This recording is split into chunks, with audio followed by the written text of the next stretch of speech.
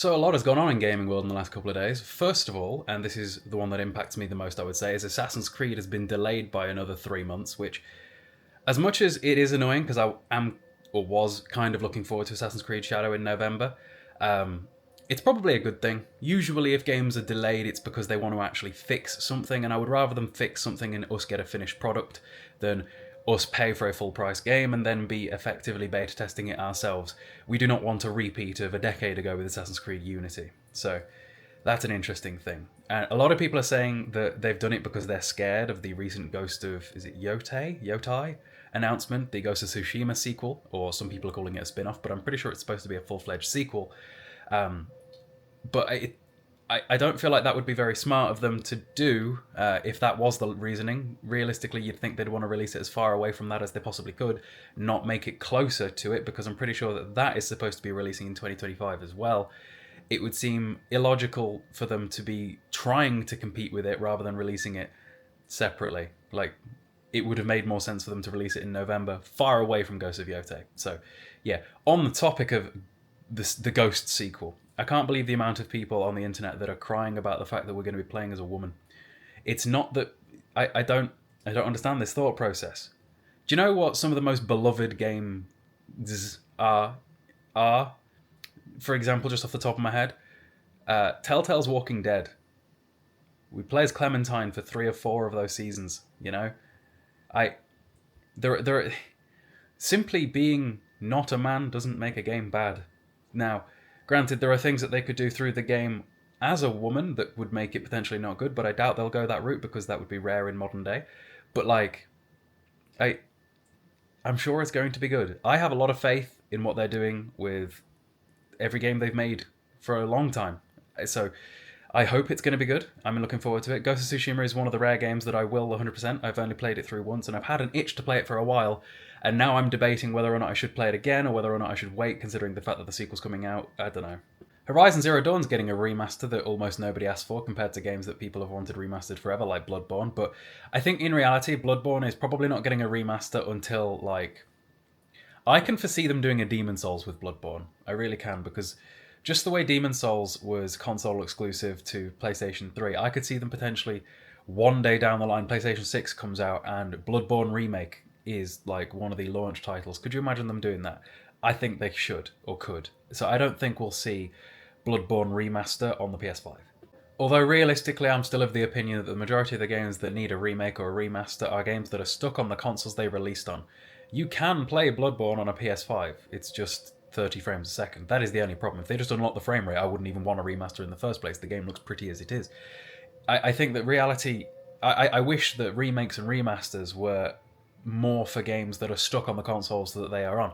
For example, Silent Hill 2 Remake comes out in a couple of weeks, which I'm looking forward to. Granted, the internet doesn't seem to have much faith in it, but I'm reserving judgment. We'll wait and see. I'm playing it no matter what, so there's that. But that is an example of a game that deserved a remake, because Silent Hill 2, along with the majority of the Silent Hill games, are kind of stuck on the platform that they released on. They're not readily available in modern day very easily.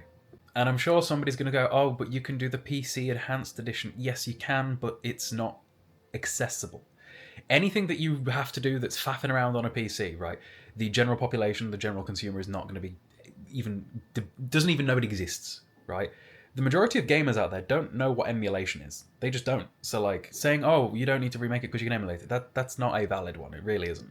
And then what else? I think the only other thing about PlayStation's State of Play that kind of interests me is the fact that there's going to be a new Monster Hunter game. Monster Hunter is the sort of game that I think that if I were to get into it, I could sink hundreds of hours into it, because I know that people do.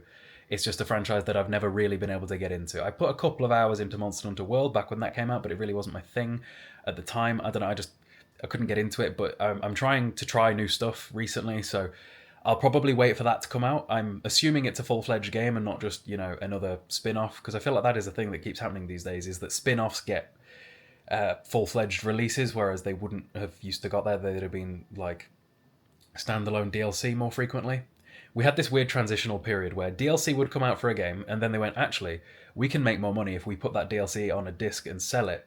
And then people got confused about that. For example, there are people that think Red Dead Redemption Undead Nightmare is a full-fledged game. There are people that think Infamous Second Light, or Last Light, is a full-fledged game. There are people that think Uncharted Lost Legacy is a full-fledged game, and none of these are full-fledged games. They are on-disc DLC that were released, given a release.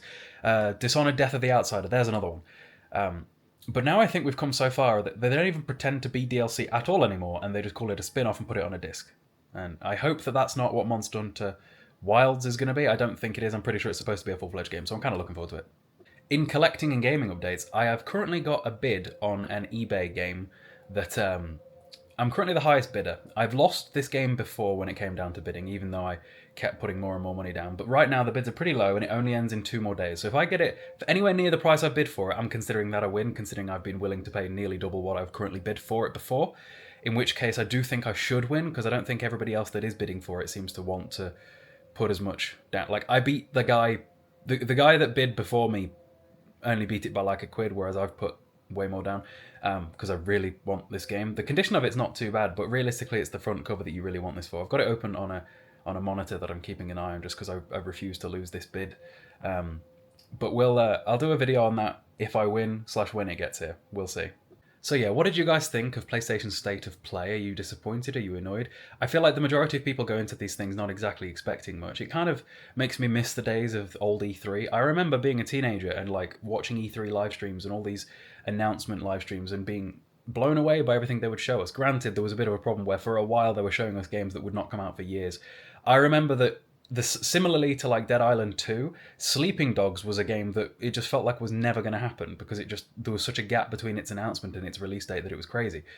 But these days, I don't even tend to watch these announcements. I just get this news from social media because when you exist in gaming space, you will see all of this because 1,000,001 people will have made videos on it before me. Maybe some of you are hearing things from me for the first time about these games. I don't know, but I don't even tend to watch these live streams anymore just because it's just never, there's never too much going on, you know? Also, if you guys haven't already, do be sure to subscribe, like the video and all that sort of thing. I tell you what, I felt really old the other day. I was going to a CEX, this is a bit of a rambling one now. Between 17 and 18, I worked in a primary school doing business administration as an apprentice. Because my year was the first year in the UK that had to stay in education in some form or fashion until we were 18. But I really didn't like education, so I was like, I don't want to do traditional like stuff. I'm going to do an apprenticeship, but I didn't know in what. And it came down to like a couple of days before the deadline at which I had to have something in place. And just down the street from me, this school had an apprenticeship, and I was like, I went to that school as a kid. It's really, really close. It's full time. I'll go do it. I'll get some money. Granted, at the time I was being paid £2.50 an hour, which wasn't ideal. But anyway, the reason I feel old is because that was now what? If I was 17 and I turned 18 and then was made redundant about 2 months after that. So say I was 17 when I started and I'm 26 now. That was 9 years ago, right? That means that any of the children that were in like year 6, they're 20 now. Year 5, they're like 19. Year 4, they're like 18. For a while now, this has been happening where, for example, say I go to Wetherspoons, sometimes the kids that were there in the school as children when I worked at this school are now the staff at Wetherspoons because they're 18 and it's the sort of job 18-year-olds would have. But that isn't necessarily what made me feel really old. That began making me feel old a couple of years ago when that started happening. But what made me feel really, really old the other day was I was walking through town to go to CEX, and this man stopped me, and I didn't realize until like he'd said, but he was one of the kids that was in like year 6 at the time when I worked at school. Granted, I don't look that much different because between 17 and like 26, you don't age dramatically. Like you always remember the staff at your school, or at least I do, and I feel like most people do. Anyway, the thing that made me feel old was the fact that this was a 20-year-old, and he had a child with him, his child.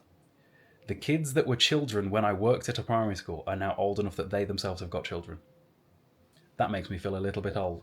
That must be how a teacher feels when like somebody comes back as an adult. Because I remember my year 6 teacher, who was only like 22 or 23, whatever the minimum age you can be to be a teacher in the UK is once you've got your PGCE or whatever it is, PGCE I think. My year at school was my year 6 teacher's first year. So when I went back to working at that school when I was 17, like 6 years later, she was still there. And I remember she was asking me all these questions about like what happened to the people in my year at school. It must be how she felt seeing like me become an adult, whereas now it's all these kids that are adults. Because working in the office, I had to memorize so many names because I basically dealt with attendance, and phone calls from parents, and like making sure that for example, if a kid has to take Calpol twice a day, I'd be the member of staff that has to go and find them, pull them out of class to go and go to the office to have that administered, or diabetics and things like that. But yeah, that made me feel really old, because that feels like not that long ago to me, because like every year as an adult has kind of just blended together. But at this point, it has been a while.